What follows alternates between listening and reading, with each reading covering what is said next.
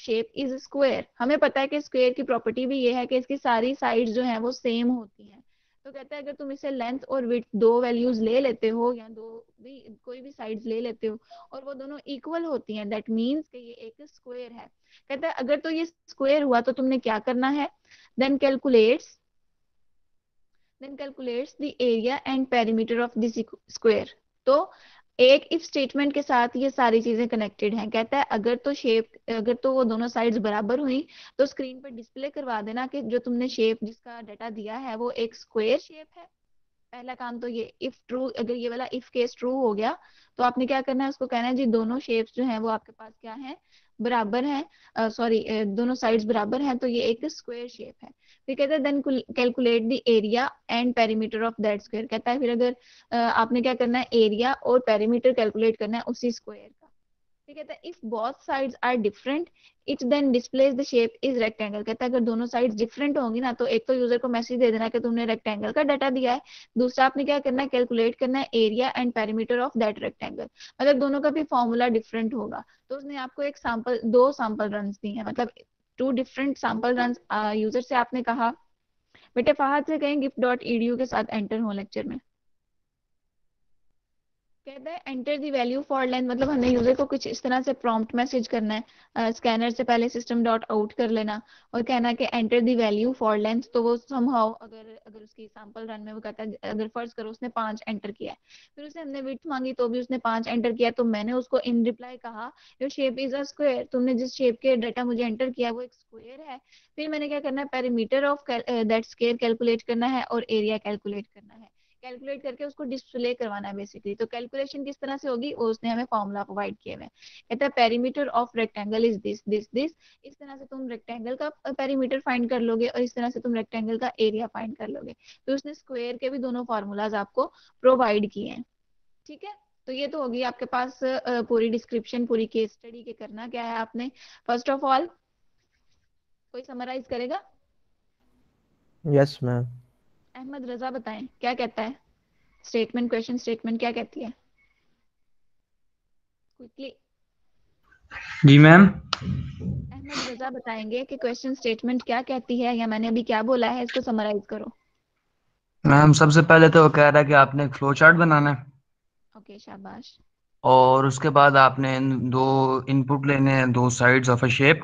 बिल्कुल शाबाश।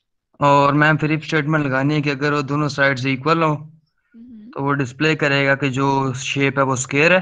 बिल्कुल शाबाश। एंड देन उसका एरिया कैलकुलेट कर देगा और पेरीमीटर। ठीक है शाबाश, और उसके लिए उसने फॉर्मूलाज प्रोवाइड किए हुए हैं। जी मैम। ठीक है, बाकी पोर्शन मुझे बताएंगे फातिमा अरूज। Yes ma'am. फातिमा अरूज बाकी चीज जो है वो आप रीड करके बताओ किस तरह से इसको अंडरस्टैंड करेंगे। इफ बोथ साइड्स, यहाँ से है ना? Yes ma'am.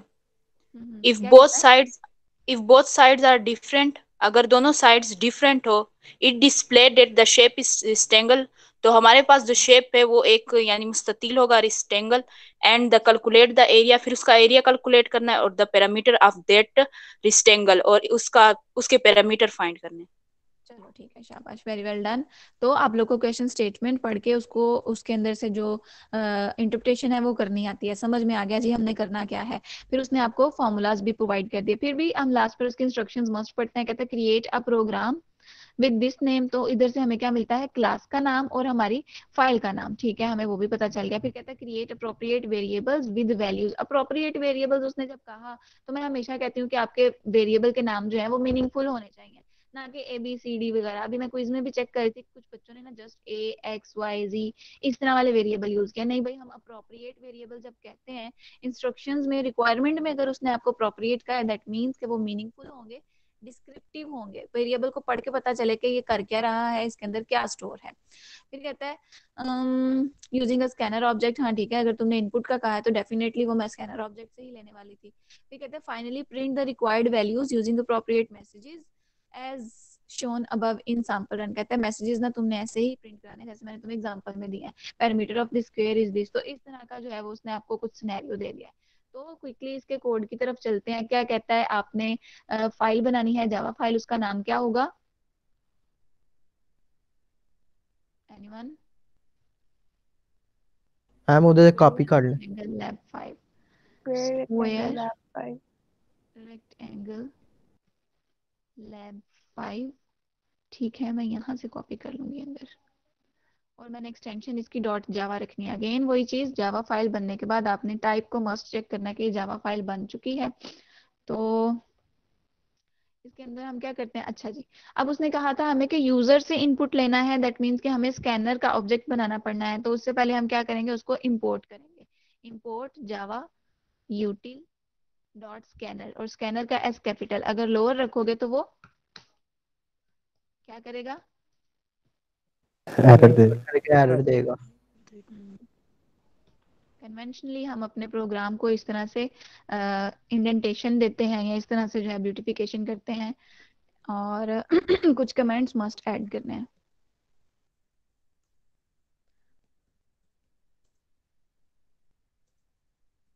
अच्छा, एक बच्चे का मैंने आज बड़ा अजीब सा प्रोग्राम देखा, और मतलब मैम असाइनमेंट में। स्टैटिक है। ठीक है, शाबाश। जी मैम। Static void main. उस बच्चे से मैंने ये भी कहा है कि मुझे ना लेक्चर के एंड पे वो रिमाइंड करवाएं, फिर हम उनके प्रोग्राम को ठीक करेंगे डिटेल में, समझ समझ कर। ठीक है, तो एंड ऑफ मेन है ये। तो उसका ना ये मेन हेडर ही खराब था, और बड़ा ही ज्यादा खराब था। उसको हम ब्लंडर कहते हैं, गुनाह कहते हैं, बल्कि उसको गुनाह कबीरा। तो भाई इस तरह की गलतियां नहीं करनी। अगर इस तरह की गलतियां करे हो, दैट मीन्स कि कहीं ना कहीं अंडरस्टैंडिंग डेवलप हुई, और ये तो बहुत बेसिक है, हम फर्स्ट लेक्चर से करते आ रहे हैं। अच्छा जी, अब प्रोग्राम की रिक्वायरमेंट क्या है, हमने सबसे पहले क्या करना है, यूजर से इनपुट लेना है। यूजर से इनपुट लेने के लिए हमें क्या करना पड़ेगा, स्कैनर के ऑब्जेक्ट के थ्रू उसको जो है प्रॉम्प्ट मैसेज करना पड़ेगा। स्कैनर का ऑब्जेक्ट बनाते हैं, creating object of scanner. Object कैसे बनता है, आप स्कैनर लिखते हो, अपने ऑब्जेक्ट का नाम लिखते हो। ये भी सबको पता है कि ऑब्जेक्ट का नाम कुछ भी हो सकता है, यहाँ पे आप ABC वट लिख सकते हो, लेकिन मैंने जो है इसको अंडरस्टैंडेबल रखने के लिए ऑब्जेक्ट ही रखा, ताकि बच्चों को पता हो कि ये एक ऑब्जेक्ट बन रहा है। न्यू कीवर्ड से आपका ऑब्जेक्ट बनता है, जो कि क्या करता है, स्कैनर क्लास के अंदर जाके कंस्ट्रक्टर के थ्रू ऑब्जेक्ट बनाता है। System dot in. ओके, फिर आप क्या करते हो, यूजर से इनपुट लेना है, तो आप कहते हो टेकिंग इनपुट फ्रॉम यूजर। तो उसके लिए सोफिस्टिकेटेड वे ये है कि आप उसको पहले मैसेज प्रिंट कराओ। तो आप क्या कहते हो, सिस्टम डॉट प्रिंट LN में रहने देती हूँ मैं, उसको क्या कहती हूँ, एंटर। जैसा उसने मैसेज कहा था, हम बाउंड है कि बिल्कुल वैसा मैसेज ही करें, किसने कहा है कि जैसा सैंपल रन में मैंने तुम्हें कहा है उसी तरह के मैसेजेस देना। Enter the value for length, enter the value for length, और माय ऑब्जेक्ट। अच्छा, वो मैंने किसी वेरिएबल में सेव करवाना है ना, तो मैं वेरिएबल का नाम रख लेती हूँ लेंथ। लेंथ के अंदर क्या डालना है, मैंने माय ऑब्जेक्ट के जरिए नेक्स्ट इंटीजर रीड करना है। दूसरा मैसेज उसको किस चीज के लिए देना है हमने, विड्थ के लिए। विड्थ के लिए। तो इसके स्टार्ट में मैं चाहती हूँ कि न्यू लाइन आ जाए, और message as it is width. Again एक वेरिएबल। अच्छा, ये वेरिएबल मैं यहाँ पे बना रही हूँ ना, ये डिफाइन कर रही हूँ बेसिकली। इसको चाहती तो मैं ऊपर भी बना सकती थी, इंच लेंथ इंच विड्थ के नाम से ऊपर ही बना लेती, तो भी ठीक था। तो एक काम को करने के मल्टीपल वेज हैं। मैम बेस्ट पॉइंट है ये, साथ साथ ही आप डिक्लेयर करके बाद में वैल्यू असाइन करना। पता नहीं दोनों ही एक्सेप्टेबल है भाई। बेस्ट का आई डोंट नो। वैसे अगर इसको अगर हम कहें ना कि यूनिफॉर्मिटी है, तो फिर मैं यही करूंगी कि सारी डिक्लेरेशन एक ही बार कर लूं, फिर एक स्टेप इनपुट का हो, फिर एक स्टेप कैलकुलेशन का हो, फिर एक स्टेप प्रिंटिंग का हो। तो मेरा ख्याल है सबसे पहले डिक्लेयर कर लेना चाहिए था। वो भी ठीक है, और जी ये आप भी गलत नहीं है। डॉट प्रिंट एलन भी लिख सकते थे। प्रिंट LN लिख सकते थे, करके देखते हैं। LN से अगली लाइन पे जाके हाँ, इनपुट लेगा। वो पता क्या होना था, enter the value for length. इसके ये लिखने के बाद ना कंपाइलर ने क्या करना था, लेंथ के वो कॉलन नेक्स्ट के लाइन बाद पे। कर्सर को न्यू लाइन पर ले जाना था। ये प्रिंट करने के बाद न्यू लाइन पे लेकर जाना था। दैट मीन्स कि enter the value for length के बाद जैसे अभी ये 5 हमें बिल्कुल इसी लाइन पर लिखा नजर आ रहा है ना कि हमने इसी लाइन पर एंटर किया है, लेकिन उस केस में अगर हम ln लिख देते तो 5 जो है वो नेक्स्ट लाइन पे लिखने को देना था उसने। तो मैं चाहती हूँ कि कर्सर यहीं पे खड़ा रहे, तो इसलिए मैंने प्रिंट ln नहीं दिया। ln का पता है ना, वो पहले मैसेज प्रिंट करता है फिर न्यू लाइन देता है। ठीक है। जी मैम। चले ओके, फिर उसने आपसे क्या कहा था कि अगर, हाँ अब वो बात आ गई, अगर हमने यस क्वेश्चन मैम, ऐसा ही स्टेटमेंट होता को है। ट्रांसलेट कर लिया। क्वेश्चन स्टेटमेंट ने क्या कहा था कि आपने क्या करना है, एक प्रोग्राम लिखना है जो इनपुट लेगा यूजर से दो वैल्यूज को, वो हमने ले लिया। फिर उसके बाद क्या कहता है, if both sides are equal. अच्छा, इफ कहा both sides are equal, that means कि हमने इनको कंपेयर करना है यूजिंग इफ स्टेटमेंट। तो इफ स्टेटमेंट में आप कंडीशन किस तरह से लिखोगे, आप कहते हो कि अगर तो लेंथ वाली वैल्यू बराबर है, इक्वल का साइन ये होता है, डबल इक्वल लगाते हैं हम। सिंगल इक्वल का मतलब है असाइनमेंट, याद है ना वो चीज, तो डबल इक्वल हम जी लगाते हैं यस मैम। लेंथ है। और अगर तो ये ऐसा है तो आप क्या करो, system dot out dot print ln। अभी मुझे ऐसे जाने दो, मैं आपको बताती हूँ कि मैं ऐसा क्यों कर रही हूँ। आपने क्या करना है, अगर तो ये बराबर है तो कहना है कि your entered shape is square. Message क्या कहना है जी, your yes shape is a square. Yes ma'am. हम वैसा ही मैसेज लिख देते हैं जैसा उसने कहा, your shape is square. Okay, अच्छा जी। अब इसके बाद उसने कहा था कि आप ना इसका पैरामीटर और एरिया कैलकुलेट करो और वो भी डिस्प्ले करवा दो। तो देखो बच्चों, अब देखो, इफ की स्टेटमेंट ये है ना, इफ स्टेटमेंट के फौरन बाद जो स्टेटमेंट आती है वो उसका ट्रू केस है, ठीक है, सेमीकोलन तक। जब तक सेमीकोलन नहीं मिलता वो यही कहता है कि अभी मैंने काम करते जाना। जैसे ही वो सेमीकोलन देख लेता है, कहता है इसके बाद जो है ना इफ का कोई ताल्लुक नहीं है, इसके बाद इंडिपेंडेंट टर्म्स हैं। तो इसके बाद अगर मैं ये लिखती हूँ ना कि int area of what, square. Square. अगर ये स्क्वायर का एरिया है और उसके अंदर मैं कैलकुलेशंस भी डाल लेती हूँ, तो इफ के साथ इसका कनेक्शन है सिर्फ ये वाली लाइन का। फर्स्ट वाला सेमीकोलन जब उसको मिल जाता है वो कहता है कि इफ का ताल्लुक यहाँ तक था। तो ये जो नेक्स्ट लाइन मैंने लिखी है ये इंडिपेंडेंट है। अगर मैं चाहती हूँ कि ये वाली लाइन भी इफ के साथ कनेक्टेड हो तो मैं क्या करूंगी, इसकी बॉडी बना ब्रैकेट्स लूंगी। लगा देंगे। हाँ, तो मैं बॉडी बना लूंगी, मैं कहूंगी ये सारी स्टेटमेंट्स यहाँ, जब तक ये बॉडी स्टार्ट है जब तक ये एंड नहीं होती, इसके अंदर जितना भी मैं काम करूंगी वो किसके साथ कनेक्टेड है, इफ के साथ। तो अगर आपने सिंगल स्टेटमेंट ही शो करवानी है तो आप इस तरह से कर सकते हो विदाउट करली ब्रैकेट। अगर आपके पास मल्टीपल स्टेटमेंट्स हैं तो आप क्या करते हो, बॉडी बना लेते हो। ऐसे ही है ना, जैसे ये मेन फंक्शन है, मेन फंक्शन के अंदर आपने ज्यादा काम करना था तो आपने बॉडी बना ली, ठीक है। तो जब नंबर ऑफ स्टेटमेंट्स ज्यादा हुआ करेंगी तो आप क्या करोगे, बॉडी बनाओगे। और जब इस तरह का कोई केस होगा कि ये चीज इसके अंदर है ना, इसके अंदर नेस्ट है, तो इसको इंडेंटेशन कर लो, वन स्टेप मोर टैब बटन प्रेस कर लो। ये बात समझ में आती है yes ma'am. Yes ma'am. Yes, ma'am. सारी क्लास को? Yes, ma'am. Yes ma'am. इतनी धीमी सी आवाज का क्या मतलब हुआ, हल्की हल्की समझ आ रही है? अच्छा जी, स्क्वायर का एरिया, हाँ, एरिया किस तरह से कैलकुलेट होना है, हमने साइड का स्क्वायर लेना है, किसी भी साइड का स्क्वायर ले सकते हैं। उसने हमें इंडिपेंडेंस दी है तो हम क्या करते हैं, लेंथ का ही ले लेते हैं। बेसिकली लेंथ विड्थ बराबर है ना। अच्छा, एक तो उसका ये वे है कि हम लिख लेते हैं लेंथ मल्टीप्लाई बाय लेंथ, वो चीज याद है ना, स्टेरिक कर लेंगे तो वो हो जाएगा। लेकिन हम ये नहीं Yes, करना ma'am. चाहते, हम कहते हैं कि अब हम प्रोफेशनल हो चुके हैं, हमें शॉर्टकट्स यूज करना आते हैं। हम क्या करेंगे, मैथ क्लास का बिल्ट इन फंक्शन यूज करेंगे, पावर। हम कहेंगे जी तुम पावर अप्लाई कर दो किसके ऊपर, लेंथ वाले वेरिएबल के ऊपर, कितनी, 2 तक, तो ये हो जाएगा, ठीक है। तो ये उसी के बराबर है कि किसी भी लेंथ की आपने स्क्वायर, किसी भी साइड की आपने जो है वो स्क्वायर ले ली। अच्छा जी, एक तो आपने एरिया फाइंड करना था, फिर आपने क्या करना था, int perimeter, perimeter of SQR। तो वेरिएबल का नाम मीनिंगफुल है ना, पता चल रहा है ना कि क्या हो रहा है। तो आप ये भी लिख सकते हो SQR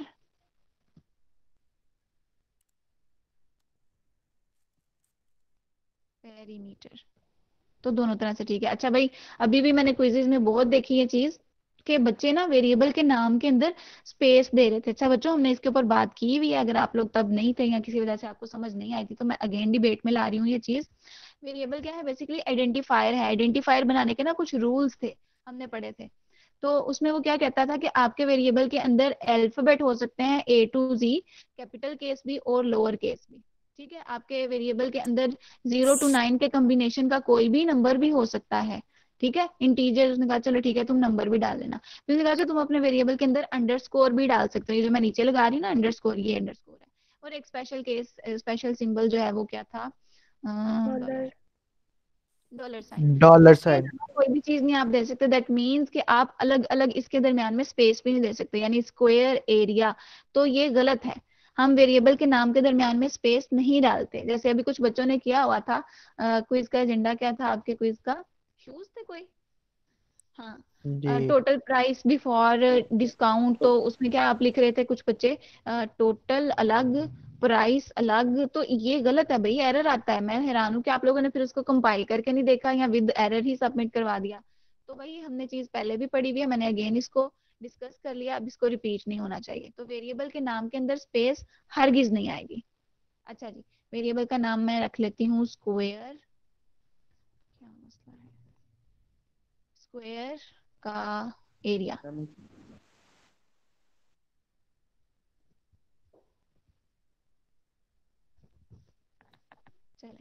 स्क्वायर का एरिया, और मैंने दूसरे तरीके से भी लिख के बता दिया कि आप इस तरह भी कर सकते हो,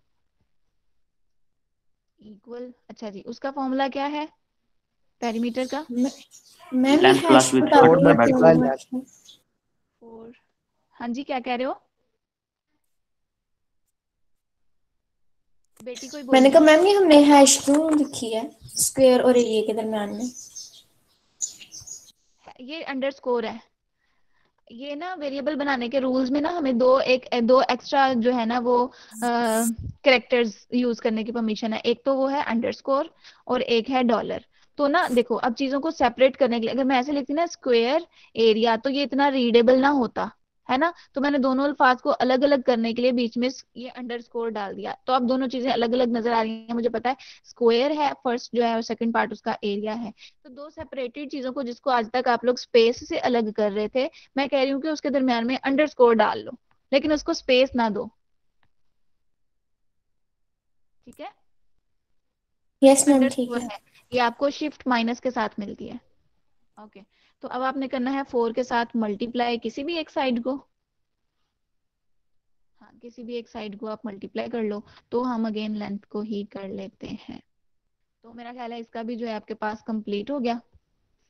फिर आपने मैसेज प्रिंट कराना है, उसने आपको कोई स्पेसिफिक लैंग्वेज या स्पेसिफिक वर्डिंग दी थी, the parameter of square is, तो system dot out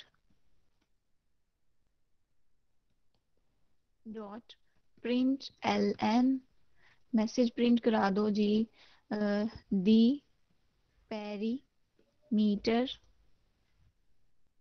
perimeter of what, square है आपकी, square. Yes of mister. Square is, तो कॉलन। अच्छा जी, अभी अब ये वाली चीज भी एक बार फिर रिवाइज कर रहे हैं हम। अब ये जो चीज है ये क्या है, स्ट्रिंग लिटरल है। स्ट्रिंग लिटरल कहाँ से स्टार्ट होती है, ये डबल कोटेशन मार्क से, और खत्म कहाँ होती है, डबल कोटेशन मार्क के। तो जब आपने कुछ ऐसे अल्फाज जो स्क्रीन पे एज इट इज शो करवाने हैं, सिर्फ उसी के लिए आप डबल कोटेशन मार्क लगाते हो, है ना। तो इसके बाद आप क्या चाहते हो कि वैल्यू आए स्क्वायर के फॉर्मूला की, जो हमने कैलकुलेशन करके वैल्यू दी है वो प्रिंट हो। तो हम क्या करेंगे, यहाँ पे कंकैटिनेट करेंगे उस वेरिएबल को। तो कंकैटिनेशन के लिए साइन आता है आपके पास प्लस का, प्लस करने के बाद आप उस वेरिएबल का नाम लिखते हो। तो गलती से बचने के लिए चलो मैं इधर से कॉपी पेस्ट ही कर लेती हूँ, मैम इधर स्क्वायर पेरीमीटर आना है। पेरीमीटर करना है। पेरीमीटर ऑफ, इस क्या जगह कह पे रहे हो, पेरीमीटर मैम नीचे वाले वेरिएबल को कॉपी करना नीचे है। वाले पे करना है। अच्छा हाँ, नीचे तो वाले ये वाला वेरिएबल आना है, ठीक है थैंक यू। तो ओके, तो अब कहने का मकसद क्या था कि कुछ बच्चों का ना मैंने ये देखा कि उन्होंने प्लस के बाद भी यहाँ पे डबल कोटेशन मार्क लगाई हुई थी। मैंने बच्ची बच्ची थी शायद कोई, मैंने कमेंट भी किया भाई ऐसे नहीं करना, हमने डबल कोटेशन मार्क तब लगानी है जब हम चाहते हैं कि स्क्रीन के ऊपर ये चीज एज इट इज आए। जैसे मैं अगर ये चाह रही हूँ कि SQRPR ये सारा कुछ एज इट इज आए, नहीं भाई मैं ऐसा नहीं चाहती, ये मेरा स्क्वायर है, ये मेरा वेरिएबल है, स्ट्रिंग लिटरल नहीं है। तो जरूरी नहीं है कि प्लस के दोनों तरफ जो है वो ये चीज हो डबल कोटेशन मार्क। पता नहीं आप शायद इस तरह की कोई इंटरप्रिटेशन लेकर बैठे हो कि प्लस के दोनों तरफ जो है वो कोई समहाउ डबल कोटेशन मार्क या स्ट्रिंग लिटरल होगी, ऐसा नहीं है। ठीक है, प्लस के बाद अगर वेरिएबल है तो उसको डबल कोटेशन मार्क की जरूरत नहीं है। हाँ, डबल कोटेशन मार्क के बाद आपको फिर याद आया कि हाँ मैंने ना अभी कोई और मैसेज भी प्रिंट करवाना है, तो उस मैसेज के लिए अगेन कंकैटिनेशन का साइन, और कंकैटिनेट अब की बार क्या करना है आपने, एरिया। अब एंड एरिया इज मतलब कोई मैसेज है ना, है ना? जी। अब कंकैटिनेटेड यस मैम। अब हाँ तो वो स्ट्रिंग के साइड लगाने हाँ, हैं।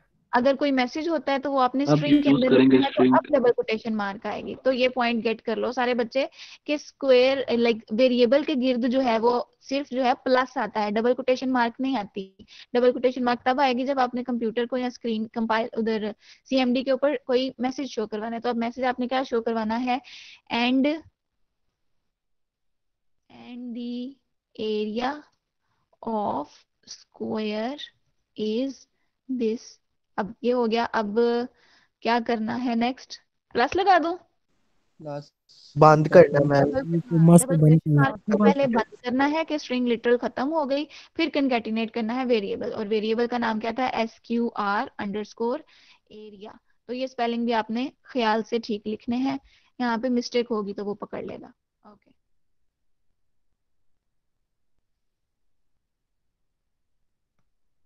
सेमीकोलन। तो ये सबने देख लिया। Yes ma'am. तो यस इस मैम। कंडीशन के साथ सिर्फ यही पोर्शन जो है कनेक्टेड था, इसलिए मैंने इसको बॉडी में इनक्लोज कर दिया। अब ये सारी चीजें अगर फर्स्ट वाला इफ ट्रू होगा तो ही होगा। अच्छा, सेकंड पार्ट जो है इसका, मतलब अभी तक हमने कितना कोड लिख लिया, यहाँ तक कोड लिख लिया ना हमने, पेरीमीटर भी दिखाया। अब सेकंड पार्ट कहता है if both sides are different. अब इस काम को कहने के दो तरीके हैं, है ना? अब चाहो तो आप क्या करोगे, एल्स इफ को यूज कर लोगे और उसके अंदर भी कंडीशन लिख देना, कहना कि अच्छा अगर वो वाला काम नहीं ना हुआ तो फिर एल्स लिख देना अदरवाइज। और अदरवाइज के बाद अगर आप सिंपल मैसेज भी शो करवा देते हो तो भी ठीक है। इस बॉडी के अंदर उसकी सारी वर्किंग लिख लेना, जैसे हमने इसके अंदर काम किया, ये वाला काम किया, सेम ऐसा ही करेंगे, लेकिन वो रेक्टेंगल के पॉइंट ऑफ व्यू से होगा। हाँ, अगर आप इसको मोर रिस्ट्रिक्टेड करना चाह रहे हो, मैं चाह रही हूँ कि आप दूसरा वाला ऑपरेटर भी देख लो, तो मैं लिखती हूँ कि अगर दूसरा केस यही है ना कि लेंथ जो है वो बराबर नहीं है, तो ये वाला साइन यूज होता है नॉट इक्वल के लिए। ठीक है, तो अगर लेंथ बराबर नहीं है विड्थ के, तो आप क्या क्या करोगे, वो सारी चीजें आपने यहाँ पे लिख लेनी है। ठीक हो गया? Yes ma'am. Yes ma'am. तो ये वाला पार्ट जो है वो फिर मैं आप लोगों के ऊपर छोड़ी हूँ, ये आप लोग खुद कंप्लीट कर लीजिएगा। अभी के एजेंडा की अंडरस्टैंडिंग था मकसद कि हमने क्वेश्चन की स्टेटमेंट पढ़ ली, हमने एक की प्रैक्टिस कर ली, और कुछ जो है चीजें हमने रिवाइज कर ली। तो इसको कंपाइल करके देखते हैं क्या ये कंपाइल होगा। तो मुझे लग रहा है मेरी डिराइव्स ओके एक्टिव है। अच्छा जी, अभी तक Ctrl+S कर लें इसको लाजमी, फाइल सेव से मेक श्योर कर लो। अभी तक हमने जो चीजें सीखी थी वो मैनुअल थी, मैं चाह रही थी कि आपको वो कमांड्स भी आए, लेकिन अब चलो शॉर्टकट्स की तरफ चलते हैं। तो जी मैंने कंपाइल करना है लैब 5 में से कोई फाइल को, तो मैं क्या करूंगी, विंडोज एक्सप्लोरर, हाँ फाइल एक्सप्लोरर में जाऊंगी, यहाँ पे एड्रेस बार में जाऊंगी। लाइक मैंने इस फोल्डर को कंपाइल करना है, इस फोल्डर में से कुछ, तो मैं इसके एड्रेस बार में लिखती हूँ CMD और एंटर प्रेस करती हूँ, तो वो खुद ब खुद उसी एड्रेस पे पहुंच गया। ठीक है, पहले हम क्या करते थे, हम पहले CMD को मैनुअली खोलते थे और यहाँ से पहले अपनी डिराइव की डायरेक्शन चेंज करते थे, फिर उससे अपने फोल्डर का नाम देते थे। ये तरीका भी बिल्कुल ठीक है, मकसद ये था कि आप चीजों को मैनुअली भी करना जानते हो। शॉर्टकट्स तो फिर बाद की लर्निंग है। तो शॉर्टकट में हमने क्या सीखा, आप सिंपली एड्रेस बार को ब्लू करके यहाँ पे CMD लिखोगे तो वो इसी एड्रेस के साथ खुलेगा। ठीक है, चलें, तो आपने कंपाइल करना है तो स्क्रीन फिल हो गई है। जी बेटे, स्क्रीन फिल हो गई। ओके बेटा सेकंड, मैं इसको ठीक करती हूँ। आप लोग साथ साथ कर रहे हो काम? जी मैम। तो फिर कंपाइल करो तब तक और मुझे बताओ क्या क्या एरर्स आए हैं, मैं तब तक स्क्रीन एक्टिव करती हूँ।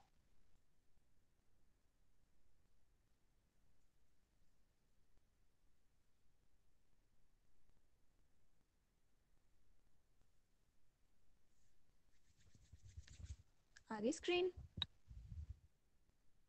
No ma'am.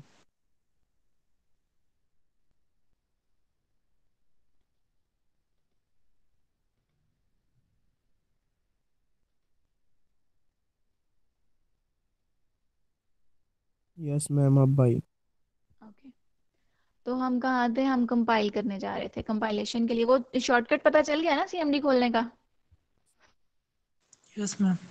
मैम पहले भी ऐसे ही खोलते थे। चलो शाबाश। लेकिन बाकी बच्चे जो अभी तक मैनुअली कर रहे थे उनको भी शॉर्टकट बता दिया, तो सारे बच्चे जो है एक दूसरा बेस सीख चुके हैं। एक काम को करने के हजारों तरीके हैं ना, तो कुछ तरीके जो हैं वो हम ड्यूरिंग क्लास सीख लिया करेंगे, कुछ तरीके आप लोग खुद से एफर्ट करके सर्च करोगे। अच्छा जी, तो आपने क्या करना है, लैब 5 के अंदर कोई फाइल है उसको कंपाइल करना है। कंपाइलेशन के लिए जो कमांड है दैट इज जावा सी।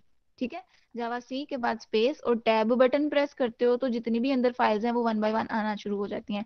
हमने कंपाइल करना है स्क्वायर रेक्टेंगल लैब 5 को, तो एंटर प्रेस करते हैं तो देखते हैं क्या एरर्स हैं। क्या कहता है जी, incompatible types possibly lossy conversion from double to int. कहता है कि आप ठीक है, आप लोग को इम्प्लिसिट टाइप कास्टिंग और एक्सप्लिसिट टाइप कास्टिंग का आइडिया है ना, हमने इसके ऊपर बात की थी। Yes ma'am. हाँ, तो ये वही कह रहा है कि हो सकता है कि इसमें ना तुम्हारे डाटा का जो है ना वो लॉस हो जाए, तुम्हारा जो रिजल्ट है वो कहीं लॉस हो जाए। तो क्या करता है कि देखो तुम्हारा वेरिएबल इंट टाइप का है, हो सकता है इसका रिजल्ट जो है वो डबल में आए, तो तुम अगर डबल का इसमें इंट में डालोगे तो वो क्या करेगा, पॉइंट के बाद वाले हिस्से को इरेज कर देगा, डिस्कार्ड कर देगा। मैं कहती हूँ नहीं, मुझे कोई एतराज नहीं इस काम से, मैं इसको एक्सप्लिसिटली लिख देती हूँ कि हाँ ठीक है, तुम इसको वाकई में इंट में कर देना। ठीक है, पावर का फंक्शन जो है ना वो डबल में रिजल्ट करता है, रिजल्ट देता है। लेट से अगर आपकी लेंथ जो थी वो 4 थी ना, तो वो 4 का स्क्वायर लेगा तो 16.0 आंसर देगा। ठीक है, पावर का यस मैम। फंक्शन जो रिटर्न करता है that is double data type. तो कहता है जब तुम डबल डाटा टाइप इसमें देते हो तो तुम्हारा नुकसान पॉसिबल है। तो मैं कहती हूँ कि ठीक है, वो वाली चीज मेरे काम की भी नहीं है, तो तुम इसको वाकई में इंटीजर में चेंज कर देना। तो अगर इस तरह का एरर आएगा तो हम उसको एक्सप्लिसिटली कह देंगे हाँ ठीक है, तुम इसकी टाइप कास्टिंग कर लेना। ओके, तो अब कंपाइल करके देखते हैं क्या कहता है। पुरानी वाली कमांड को रीयूज दोबारा से हैंड रिटन नहीं लिखना, तो आप शॉर्टकट क्या करते हो, एरो कीज में से अप वाला बटन, अप वाले बटन से आपने उसको। ओके, तो ये हमारा सक्सेसफुल कंपाइलेशन हो गया। सक्सेसफुल कंपाइलेशन के बाद हमें पता है कि एक क्लास फाइल भी बन जाती है, तो दैट्स फाइन। तो अब हमने कंपाइलेशन कर ली, तो अब इसका आउटपुट देखना है, तो उसके लिए क्या कमांड है, जावा जावा। स्पेस देंगे और अगेन उसी तरह से अपनी फाइल का नाम निकालेंगे, एक्सटेंशन हटा देंगे और इसका आउटपुट देखते हैं। तो उसने हमें प्रॉम्प्ट कर दिया enter the value for length, तो मैं कहती हूँ 4, अगेन मैं 4 ही दे देती हूँ। तो कहता है योर शेप इज स्क्वायर, और उसने समहाउ कैलकुलेशन भी करके देखी। अब यहाँ पे ना कुछ ब्यूटिफिकेशन के एलिमेंट्स ही सिर्फ रह गए हैं। लाइक मैं चाहती हूँ कि ये वाली जो जो लेंथ है, लाइन है, ये ना हो, ये एक्स्ट्रा मुझे नहीं चाहिए। फिर उसके बाद मैंने देखा कि 16 और एंड ये जुड़े हुए हैं, इनके दरमियान में स्पेस करनी है। तो ये सिंपली हम क्या करेंगे, अपने कोड में जाकर एडिटिंग कर लेंगे। लाइक प्रिंट एल एन, इसको हटा देते हैं। मैं कहती हूँ ना कि एक न्यू लाइन नहीं चाहिए, तो मैं इसको रहने देती हूँ। और यहाँ पे कॉलन के बाद भी थोड़ी सी स्पेस कर देना, और एंड से पहले भी थोड़ी सी स्पेस कर लेना। कोई क्वेश्चन अभी तक? नो मैम क्लियर है। अच्छा, नो वो मैम। जो